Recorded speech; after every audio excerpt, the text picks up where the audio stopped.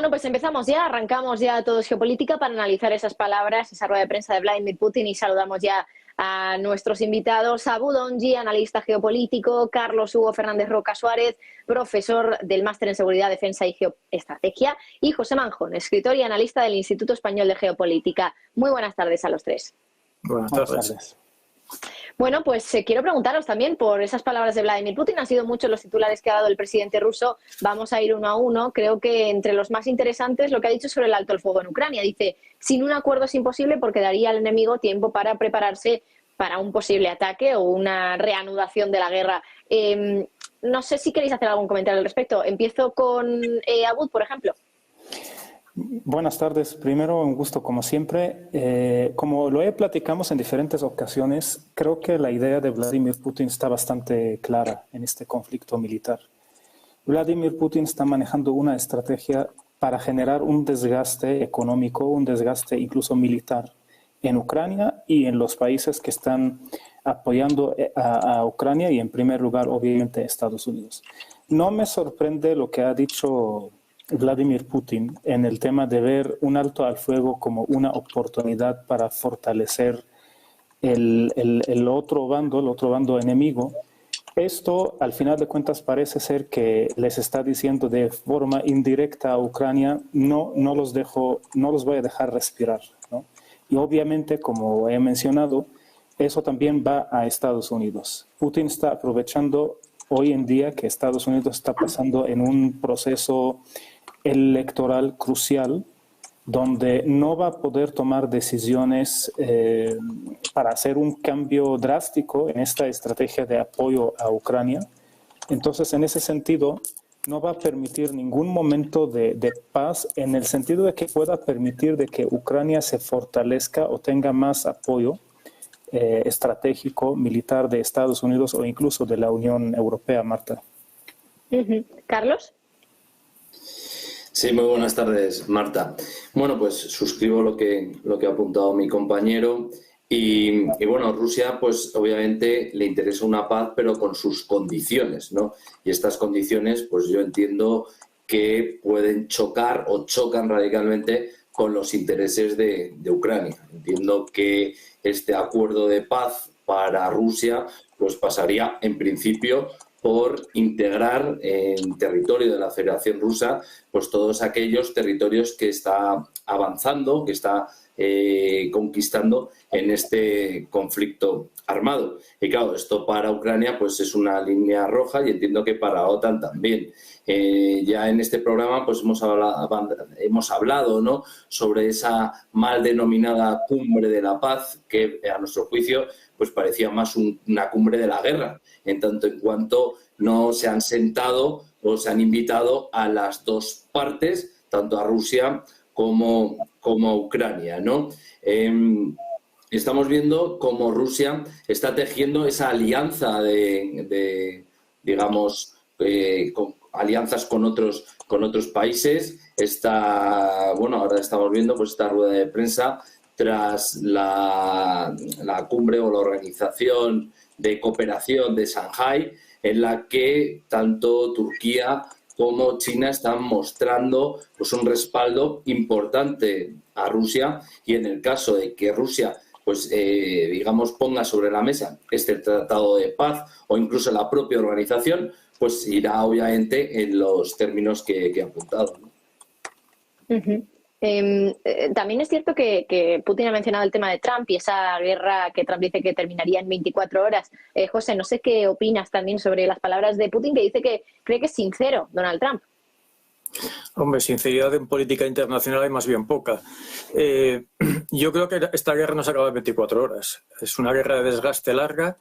Y segundo, en el hipotético caso de que ganara Trump, que ya lo veremos, porque hace 4 años también parecía que Biden no iba a llegar y llegó. Evidentemente la situación ahora es más dramática para Biden, pero cualquiera sabe. Pero Trump, durante su anterior mandato, se encontró con una oposición feroz y muy dura de su propio establishment, de los altos funcionarios y de los ministerios de defensa y de exteriores. Y evidentemente se lo va a volver a encontrar cuando vuelva al poder y en condiciones quizá más duras. Entonces, yo no creo que la victoria de Trump en un principio modifique en gran medida las cosas. Y además, no olvidemos que la política de Estados Unidos en los últimos meses ha sido de europeizar el conflicto, es decir, que sea Europa la que lleve los gastos del conflicto y América se está un poco desentendiendo porque tiene otros frentes en Oriente Medio y en el Pacífico que le son mucho más interesantes y mucho más decisivos que Europa. Entonces, yo veo muy difícil una paz en 24 horas, en 24 días, en 24 meses. Esto, por desgracia, tiene pinta que mínimo, hasta el 2025 va a ser difícil que tenga un arreglo. Mínimo hasta 2025. Bueno, por cierto, también en esa cumbre ha dicho, bueno, en esa rueda de prensa, Putin ha hablado sobre la relación entre Rusia y Bielorrusia. Y me ha llamado la atención especialmente lo que ha dicho de volver al proceso de unión entre Rusia y Bielorrusia de 1999. Dice, tenemos que volver a crear esta unión. ¿A qué pensáis que se refiere? Y empiezo con Abud. Para mí este anuncio también no me sorprende porque al final de cuentas, si son dos países o uno, la política exterior que está manejando Bielorrusia con Rusia es la misma. Es decir, vemos en diferentes ocasiones desde el inicio del conflicto de Ucrania que Bielorrusia está diciendo lo que Putin dice, ¿no? Entonces, el hecho de hacer una unión entre los dos países o regresar a los 1999, para mí, desde mi punto de vista, no cambiaría el mapa geopolítico. A mí lo que me sorprende, lo que me preocupa más bien, es esa manifestación de la relación entre Putin y Turquía, ¿no? No me sorprende en el sentido desde el punto de vista o desde el lado de Erdogan, porque, pues, si me permiten, es un presidente farsante, si se puede decir de esta manera, que nunca ha manifestado una opinión política clara, que siempre está yendo con quien le convenga, pero es preocupante porque Turquía está jugando un papel importante en la región, es decir, por su ubicación, por temas de relaciones económicas y políticas con los países de alrededor. Turquía tiene una posición incómoda para diferentes otros países.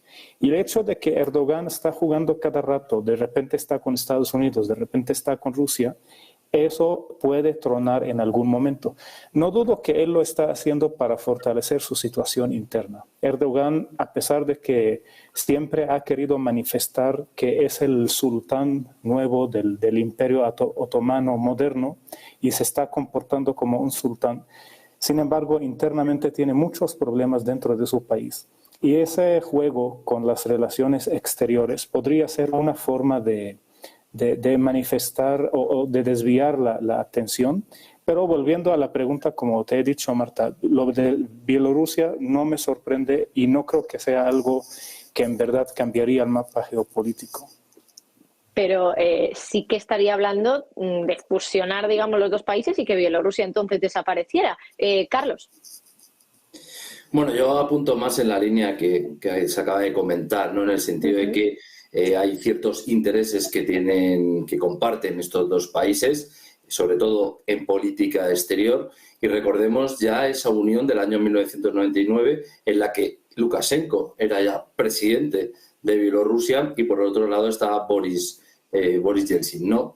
En la propia organización para la cooperación de Shanghái, que acaba de incorporar a Bielorrusia como el 10º estado, pues digamos que en política exterior lo que pretende es ser un bloque regional que esté enfrente de esa hegemonía de Estados Unidos en el mundo, y lo que persigue es instaurar un nuevo orden internacional que pasa por ese mundo multipolar, ese mundo al que parece que nos estamos dirigiendo. Y vemos cómo Bielorrusia pues está mirando hacia todo este bloque, ya no solo Rusia, sino tener esas relaciones pues con la propia China, con la India, y más adelante incluso pues también participar en algunas de esas iniciativas que llevan a cabo los propios BRICS para acabar, vuelvo a repetir, con ese orden internacional preestablecido y apostar por un mundo multipolar, ¿no?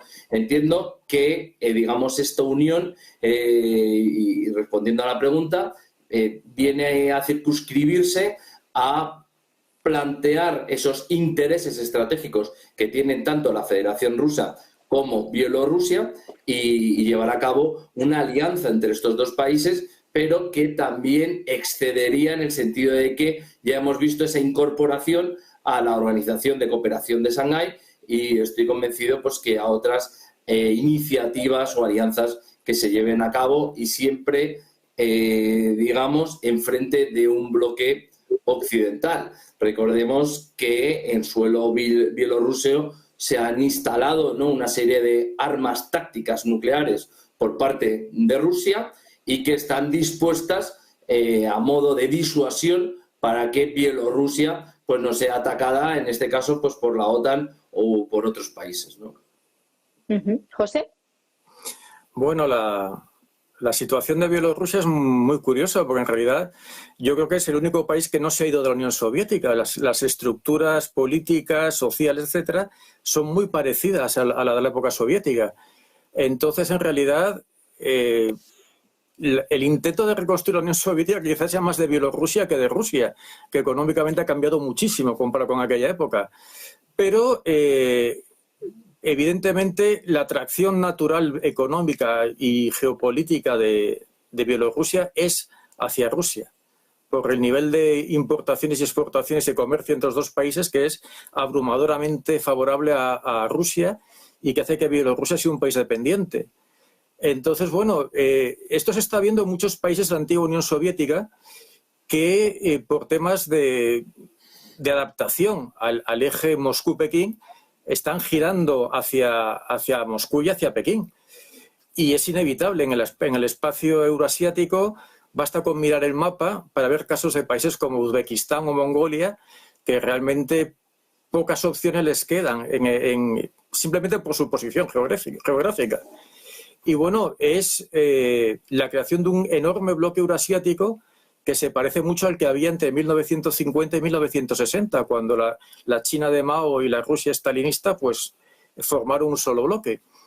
Y bueno, es una tendencia natural forzada en buena medida por el fracaso de las relaciones entre Occidente y Rusia. Porque claro, este colosal imperio se ha montado al romperse la política de Kissinger, que era dividir a Rusia y a China.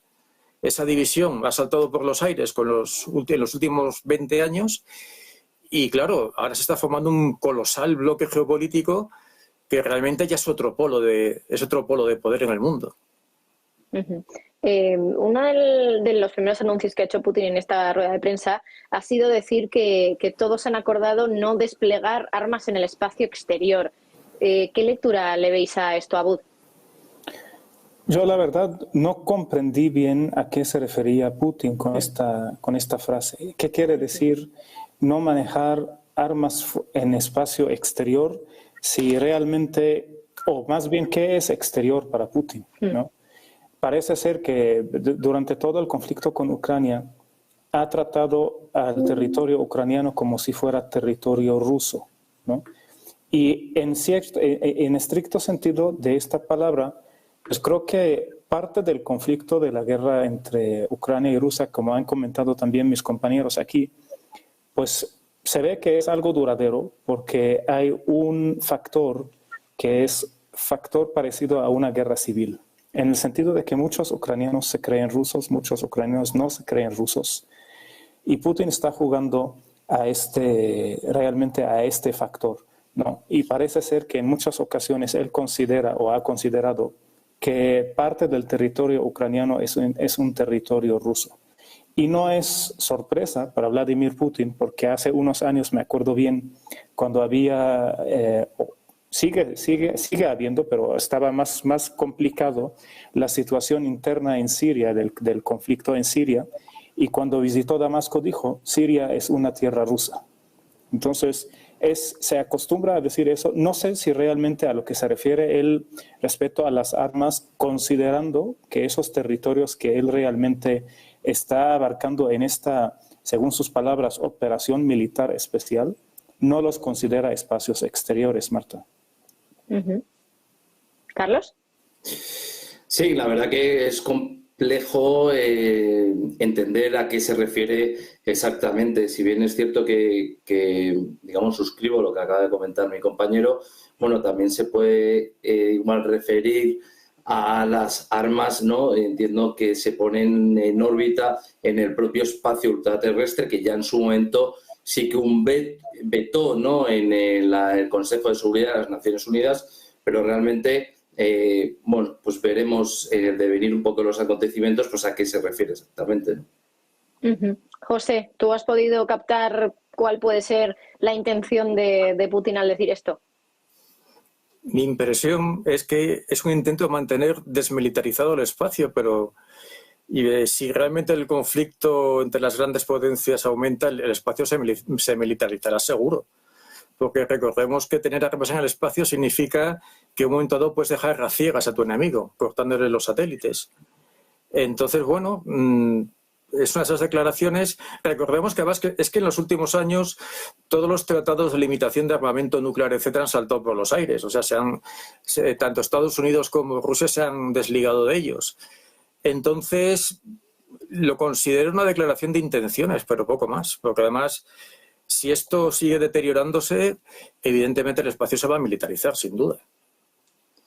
Sí, yo quería hacer una puntualización, hilando lo que acaba de comentar, en el sentido que estamos viendo, y en España, por ejemplo, el cambio de denominación del propio Ejército del Aire, ¿no? Pasa a ser Ejército del Aire y del Espacio. De ahí la importancia que se le está dando en todo Occidente, en Estados Unidos también, con la creación del mando aeroespacial, ¿no? Pues digamos, a futuros, digamos, acciones armadas que se puedan llevar a cabo en este espectro, digamos, en espacio ultraterrestre, ¿no? En este caso, también me sorprende un poco, digamos, el anuncio de Putin, si es, digamos, en este sentido, porque, como bien se ha apuntado, pues obviamente no se puede poner, digamos, puertas al campo a un futuro escenario de batalla o de disuasión, ¿no? Que las grandes potencias nucleares pues también dispongan de este tipo de armamento en el propio espacio ultraterrestre, y el mundo pues se está preparando en este sentido. Vuelvo a poner el ejemplo del Ejército del Aire en España, ¿no? Ejército del Aire y del espacio. Estuve hace poco en Colombia, pues las Fuerzas Armadas, la Fuerza Aérea de Colombia, pues también tiene esa denominación espacial, y de ahí pues la importancia que Occidente le está dando pues a este hipotético escenario de batalla futuro, ¿no? Bueno, dejamos a un lado la Organización de Cooperación de Shanghái, porque hoy también es interesante comentar lo que ha pedido Volodymyr Zelensky. Ha pedido a Occidente que se utilicen las armas occidentales también contra bases rusas a larga distancia. Es verdad que primero fue una línea roja que se utilizaran las armas occidentales de cualquiera de las maneras contra algún objetivo ruso en territorio ruso, pero digamos que se hizo un poquito la vista gorda, se hicieron cesiones por parte de Occidente para que se pudieran utilizar contra objetivos rusos en Rusia siempre que estuvieran cerca de la frontera. Ahora Ucrania va más allá en su petición. ¿Pensáis que Occidente puede llegar a planteársela e incluso permitir que esto ocurra, Abud? Primero quisiera comentar sobre lo que ha dicho Zelensky. Yo soy partidario de analizar lo que dicen los líderes políticos de acuerdo a su perfil, ¿no? Es decir, cuando hablamos de Donald Trump, considero que es un error analizarlo como político, porque Donald Trump no es político, es un empresario. Y si hablamos de Zelensky, no podemos analizar lo que está diciendo como un político, simplemente es un actor, y es un actor que lo he dicho en diferentes ocasiones, un comediante que le salió el chiste de la guerra Ucrania muy, muy, muy costoso, y sigue sufriendo su pueblo por decisiones que él lamentablemente ha tomado. El hecho de decir que las armas de Occidente se tienen que atacar a objetivos rusos es un grave paso si se da, porque eso puede expandir la guerra, expandir este conflicto militar a otros países. Yo creo que cuando hablamos también la semana pasada y antepasada hubo esos rumores de una tercera guerra mundial, de que las cosas van a ser peores, de que en 3 meses en Europa va a haber una guerra. Yo no descarto la posibilidad de que la guerra entre Rusia y Ucrania se expande a otros países. Pero yo no veo que esos países involucrados tienen el poder económico actual para poder mantener una guerra. Sea la Unión Europea o Estados Unidos, económicamente no están preparados para mantener una guerra a esta escala contra Rusia. Y cuando hablamos de Rusia, el factor escondido que está siempre detrás y que no aparece es China. No creo que esos países puedan enfrentar una economía de guerra alimentada por Rusia y por, lo más importante, China, Marta. Carlos, no sé si quieres comentar algo al respecto también de lo que ha dicho ahora Abud sobre esas palabras de Zelensky de que Ucrania quiere utilizar esas armas occidentales también en territorio ruso contra bases rusas ya a larga distancia, no solo en la frontera. Sí, creo que sobre la mesa se han puesto ahora mismo claves muy interesantes y estamos asistiendo a una escalada de tensión constante, ¿no? Ya no es una escalada de tensión verbal, que a mi juicio ha habido una cierta irresponsabilidad por parte de líderes occidentales, incluso el propio secretario general de la OTAN, Stoltenberg, pues que nos acostumbraba a titulares pues muy bélicos, sino una escalada, digamos, en el marco de las acciones armadas que se estaban desarrollando. En un inicio sí que estaban autorizadas el empleo de armas de fabricación norteamericana occidentales a modo de defensa, con lo cual pues podría estar perfectamente de acuerdo. Luego sí que hubo otra escalada, que fue la autorización del empleo de estas armas, sistemas de armas, tecnología estadounidense para atacar objetivos, pero como hemos apuntado, pues que digamos que se quedan en la frontera, y ahora se quiere ir a un paso más allá y ya autorizar a la utilización de misiles de largo alcance que puedan alcanzar, valga la redundancia, objetivos en territorio de la Federación Rusa y ya apuntando a instalaciones militares, lo cual, a mi juicio, pues elevaría, si cabe, muchísimo más esta tensión regional. Y vuelvo a repetir, Dios quiera que esto no desencadene pues en un conflicto armado entre la propia OTAN y la Federación Rusa. Claro, yo creo que no hay que dejar sin argumentos a Rusia ni arrinconarla hasta el punto de que decida, en el marco de esa doctrina nuclear, que como todos sabemos, que en el caso de que Rusia vea amenazada su victoria en este conflicto, pues pudiera utilizar armas tácticas nucleares con las consecuencias terribles que esto conlleva. La semana que viene va a tener lugar la cumbre de la OTAN en Washington. Entiendo que Zelensky pondrá sobre la mesa firmemente esta propuesta y será valorada por los países de la OTAN. Y veremos si deciden seguir en el marco de aumentar esa escala de tensión, que no me resultaría nada extraño, porque recordemos que hace una semana y media, pues ese ataque, ¿no?, a la ciudad autónoma de Sebastopol, en Crimea, esa playa donde pues, una serie de rusos estaban disfrutando un día de playa y se les envió un misil ATACMS que fue redirigido, y esto es una cuestión importante, por drones norteamericanos que se encuentran, digamos, en el espacio aéreo internacional, pero muy próximo a lo que es el mar Báltico, ¿no?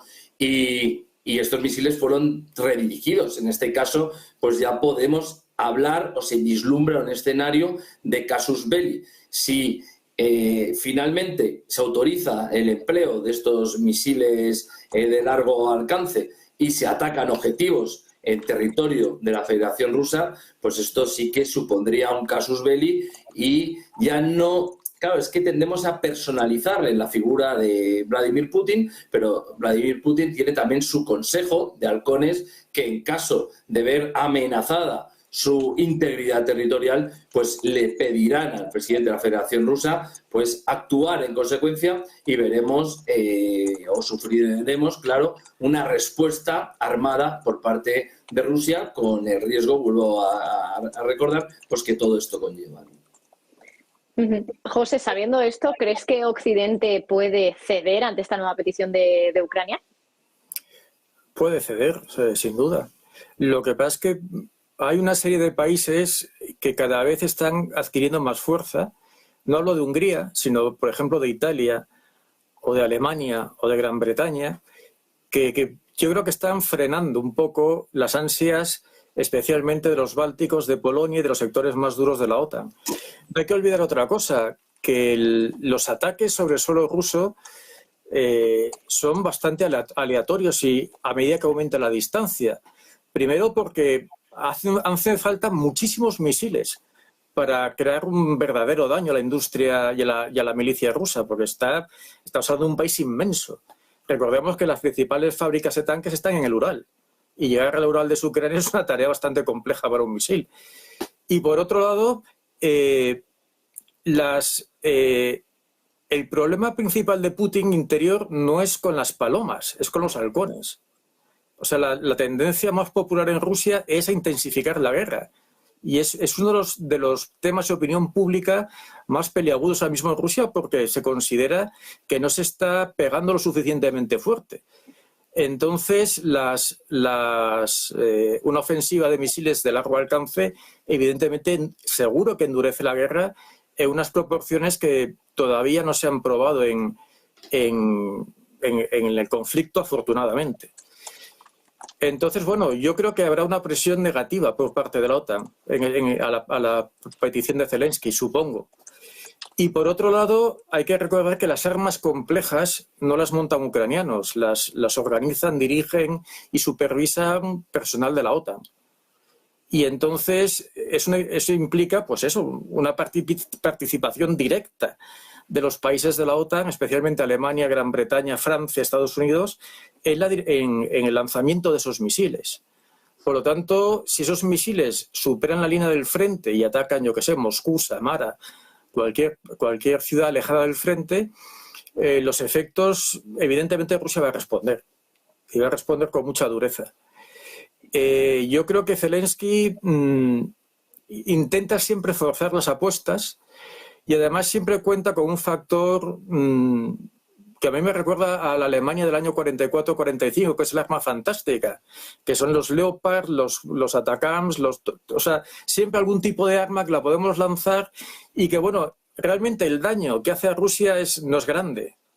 Sinceramente, podrá ser lamentable el número de víctimas civiles, pero el daño estratégico no es considerable. Y sirve simplemente para mantener la moral del país, que no está en sus mejores horas. Entonces, bueno, depende de la OTAN, o sea, depende del mando de la OTAN. En la situación actual, creo que si esto se produce, Ucrania puede lamentarlo gravemente. Permitidme que hagamos una pausa publicitaria y enseguida estamos de vuelta con más temas que comentar. Estados Unidos, Biden en la cuerda floja y también ese posible alto al fuego que, bueno, ahora mismo estaría estudiando el gabinete de Netanyahu en Israel. Hacemos esa pausa y volvemos enseguida.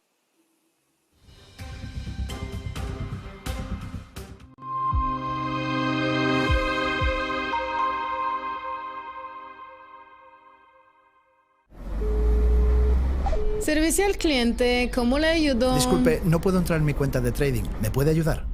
Voy a ver si puedo. ¿Me daría un momento? Deja de llamar. Ya he pasado página, así que no me llames más. Es difícil encontrar un broker que cumpla con todas sus expectativas. O quizá no tanto. Active Trades. Broker online desde 2001.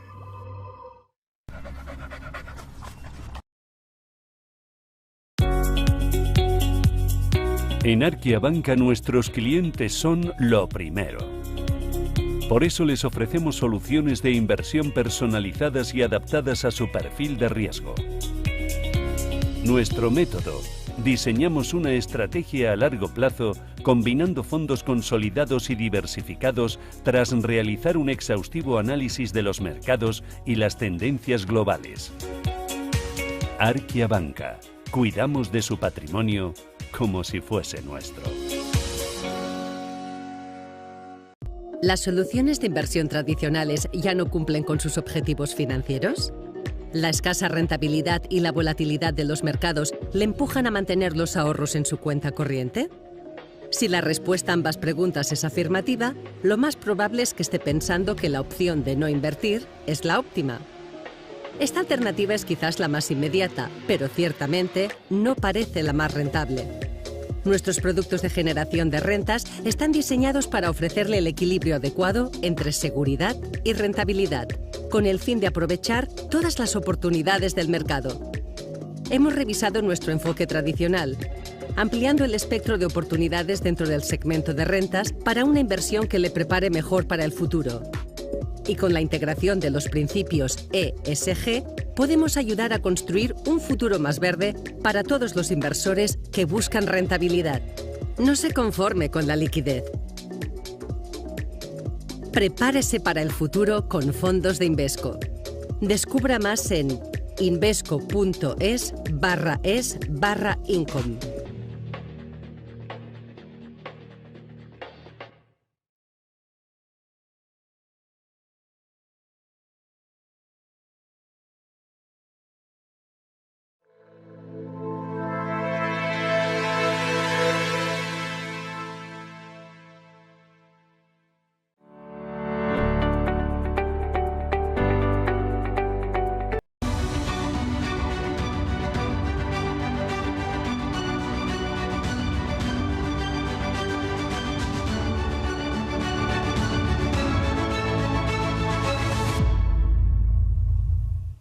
Bueno, pues ahora sí que hemos tenido un pequeño fallo de conexión. Volvemos con Todo es Geopolítica, aunque nos queda poquito tiempo y quiero tratar también uno de los temas del día, que tiene que ver con la guerra en Oriente Medio y ese gabinete de Netanyahu diciendo que va a estudiar la propuesta de alto el fuego de Hamás. Voy a empezar ahora por Carlos, pero bueno, os aviso a los tres que tenemos como mucho minutito y pico para cada uno, porque es ya el último tema que vamos a poder tocar, que tenemos que despedir enseguida. Así que, Carlos, vamos con ello. La propuesta de alto el fuego de Hamás, que dice el gabinete de Netanyahu que la va a considerar. Sí, yo entiendo que lo estará considerando con su gabinete de seguridad, pero si bien es cierto que si es parecido al acuerdo de paz que planteó ya en su momento Biden, porque recordemos que el interés que tiene Estados Unidos es cerrar, digamos, este conflicto, pero claro, sería contrario a los intereses de Israel en este momento, que es descabezar tanto militar como políticamente a Hamás. También es verdad que Israel, digamos, tiene abierto un frente importante en el norte de Israel y sur del Líbano con Hezbollah, esa milicia chií, que no es la del año 2006, sino que es una milicia que tiene una potencia militar importante con hasta 40.000 milicianos y de hecho Israel ha sufrido en el día de ayer un ataque brutal por parte de Hezbollah. Entonces, sí que igual se puede abrir un escenario de negociación para intentar cerrar un frente, en este caso el de Rafah, y poder concentrar todo el fuego y toda la fuerza militar, digamos, en el norte de Israel. El primer interesado en que esto suceda, que se acepten las condiciones de este acuerdo de paz, pues obviamente sería Estados Unidos, y vuelvo a repetir que yo dudo que se alcance ese acuerdo en el sentido que no,